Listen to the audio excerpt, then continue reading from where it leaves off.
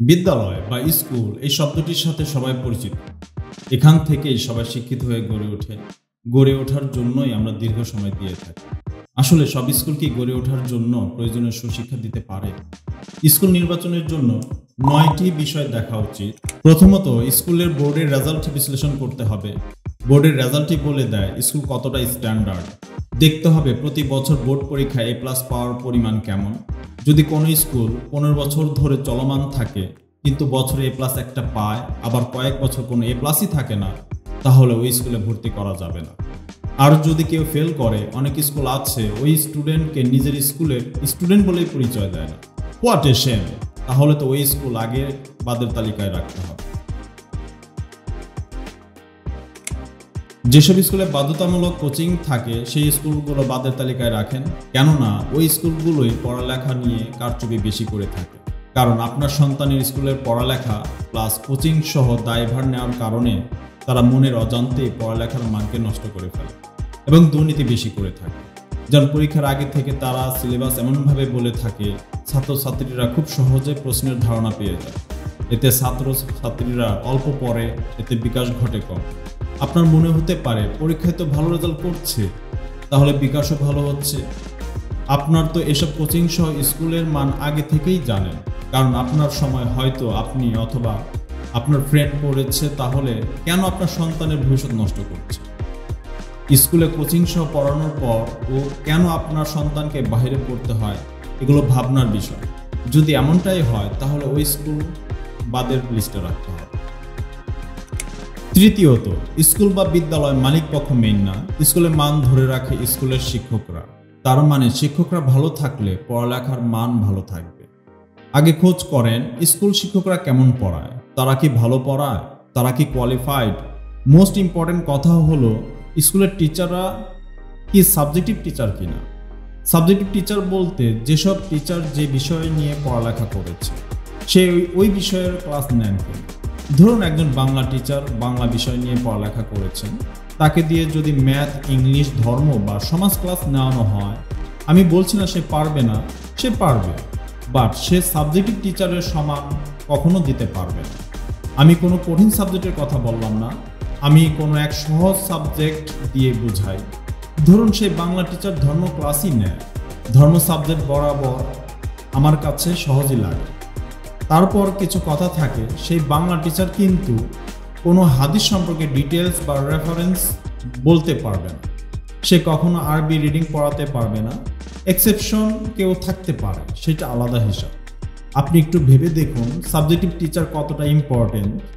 আমি মনে করি ধর্ম সাবজেক্টিভ টিচার নিলেই ভালো হবে, এতে স্টুডেন্ট শিখতে পারবে। আমি ম্যাথ, ইংলিশ সাবজেক্টের ব্যাপারে কিছু বললাম না। আশা করি বাকিটা আপনি নিজেই বুঝে নেবেন। আপনি যত ভালো মানের স্কুল দেখবেন সেখানে তারা সাবজেক্টিভ টিচার দিয়ে ক্লাস নেওয়ায়। এরকম না হলে স্কুলটি বাদের লিস্টে রাখতে হবে। চতুর্থ, স্কুল কর্তৃপক্ষ যদি নিজের স্কুলের সুনাম নিজেই বেশি গায় তাতে কান দেবেন না, কারণ খালি কলসি বাজে বেশি। লোকে যেটা ভালো বলবে সেটা দেখার চেষ্টা করেন। সবচাইতে ভালো হয় ওই স্কুলের প্রাক্তন ছাত্রছাত্রীর কাছ থেকে যদি তথ্য নিতে পারেন।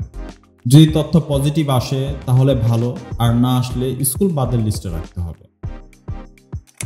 পঞ্চম, কোনো স্কুল শুধু নিয়ম কানুনে অনেক জোর দেয় কিন্তু পড়ালেখার গুণাগুণ খুব বাজে। যদি আপনাকে আমি অনেক মজার খাবার খেতে দেই কিন্তু আপনি কোনো পানি পান করতে পারবেন না, তাহলে অবশ্যই বিপদ ঘটবে। তাহলে নিয়ম কানুন ও পড়ালেখার গুণাগুণ অবশ্যই দুইটাই থাকতে হবে। যদি তা না হয় তাহলে আপনার সন্তানের বিপদ ঘটবে। ষষ্ঠ, স্কুল পরিবেশ অনেক প্রয়োজনীয়। অনেক স্কুল এমনও আছে ক্লাসগুলোতে পর্যাপ্ত আলো বাতাস ঢুকতে পারে না, এর উপর আবার গাদাগাদি করে বসলে গরমে নাজেহাল হয়ে দাঁড়ায়। গ্রীষ্মকালের গরমের পরিবেশটা কেমন হতে পারে আপনি একটু ভেবে দেখুন। এমন স্কুল আছে টিচারও ঠিক মতো দাঁড়িয়ে ক্লাস নিতে পারে না, এতে কোনোদিন ভালো মনোযোগ আসবে না। স্কুলে আপনার সন্তানকে ভর্তি করানোর আগে অবশ্যই আপনার সন্তানের ক্লাসরুমগুলো একটু দেখে নেবেন। সপ্তম, কোনো স্কুলের প্রধান শিক্ষক যদি ছাত্রছাত্রীদেরকে দুই পাল্লায় মাপে তাহলে ওই স্কুলকে বাদের তালিকায় রাখতে হবে। যেমন একটা স্কুলে অনেক ধরনের পেশাজীবীর ছেলে মেয়েরা পড়ে, প্রধান শিক্ষক যদি ডাক্তার ও ইঞ্জিনিয়ারের সন্তানের সাথে ভালো ব্যবহার করে ও ভ্যান চালক বা রিক্সা চালকের ছেলে মেয়েদের সাথে অন্য চোখে আচরণ করে এবং শিক্ষকদেরকেও করতে বলা হয়। আমি কোনো পেশাকে ছোট করছি না, কিন্তু এসব ভাইদের সন্তানের টাকায় স্কুল চলে। এটা শুধু বোঝানোর জন্য বলা। আপনি ভ্যান চালক বা রিক্সা চালক হন, তাতে কি? আমি তো মনে করি সেই স্কুলের মালিকরাই গরিব, কেননা আপনার সন্তানের বেতন ফি দিয়ে তাদের সংসার চলে। যদি এমনটা বুঝতে পারেন, তাহলে ভ্যান চালক বা রিক্সা চালকই নন, বরং ডাক্তার ও ইঞ্জিনিয়ারদের সন্তানদেরকেও সরিয়ে ফেলবে, কারণ এসব স্কুলে পড়লে আপনার সন্তানের সাইড ইফেক্ট পড়বে। অষ্টম, যেসব স্কুল বাধ্য করে স্কুল শিক্ষকের কাছে কোচিং করতে হবে, বাইরে কোনো শিক্ষকের কাছে পড়া যাবে না, আপনাদের ভুজুং ভাজুং দিয়ে অনেক কিছুই বুঝাবে, জানেন কেন? তারা শুধু তাদের স্টুডেন্টকে হারানোর ভয়ে তাদের শিক্ষকদের কাছে পড়তে বলে। তাই বলে মনে করবেন না যে তারা শুধু আপনার সন্তানের ভালো চায়। এইটা শুধু তাদের ধান্দা। আমার 14-15 বছরের শিক্ষকতার অভিজ্ঞতা থেকে বলছি, আপনার সন্তানকে বাহিরে কোনো শিক্ষক দিয়ে পড়ালেন, সেই প্রাইভেট টিচার পড়াতে থাকলে স্কুলের অনেক ভুল ত্রুটি সামনে চলে আসে, আর এগুলো প্রকাশ পেলে ছাত্রছাত্রীরা স্কুল পরিবর্তন করতে বাধ্য হয়। এতে স্কুল মালিক পক্ষের আয় কমে যাবে। এর জন্যই তারা ফন্দি বের করে। আপনার সন্তান বাহিরে পড়লে তারা বিভিন্নভাবে আপনার সন্তানকে হেনস্থার শিকার করে। কিভাবে প্রাইভেট টিচার ম্যাথ করায় তা স্কুল টিচার কেটে দেয় কোনো রকম যুক্তি ছাড়াই। আপনি যদি জানতে স্কুলে যান, তাহলে প্রাইভেট টিচারের ভুল না হলেও তা ভুল বুঝিয়ে দেয়। তার মানে কি প্রাইভেট টিচার অজ্ঞ? সে পড়ালেখা না জেনেই পড়াতে আসছে? আসলে এগুলো কোনো কারণই না, কারণ আপনি আপনার সন্তানকে বাহিরে পড়ান। এমনও হয় আপনার সন্তান বাহিরে পড়ার কথা জানতে পারলেই স্কুলের ক্লাস টিচার দিয়ে ফোন করায় এবং থ্রেট দেয়, বলে আপনার সন্তান কোনো বাহির টিচারের কাছে পড়ানো যাবে না, যদি পড়ান তাহলে ওই স্টুডেন্টকে স্কুলে রাখবো না। নবম, আমার আশেপাশে অনেক স্কুল আছে যারা ভালো বেতন নিয়ে থাকেন, কিন্তু সেই অনুযায়ী পড়ালেখার মান প্রোভাইড করে না। এখন ডিজিটাল যুগ, ডিজিটাল পদ্ধতিতে পড়ানো উচিত। এখনকার স্টুডেন্ট ডিজিটালি পড়ালেখার পরিচিত না হলে ভবিষ্যৎ অন্ধকার। অনেক স্কুল আছে আইসিটি সাবজেক্ট শুধু টেক্সট বই দেখিয়ে মুখস্থ করায়, কিন্তু প্র্যাকটিক্যালি কম্পিউটার দিয়ে ক্লাস করায় না। এতে স্টুডেন্টরা পিছিয়ে পড়ে। যে স্কুলগুলোতে আইসিটি ক্লাসের জন্য কম্পিউটার ক্লাস থাকবে না, ওই স্কুল বাদের লিস্টে রাখতে হবে। এই দিয়ে বোঝা যায় তারা স্টুডেন্টের ভালো চায় না, শুধু তাদের পেট পূজা করে।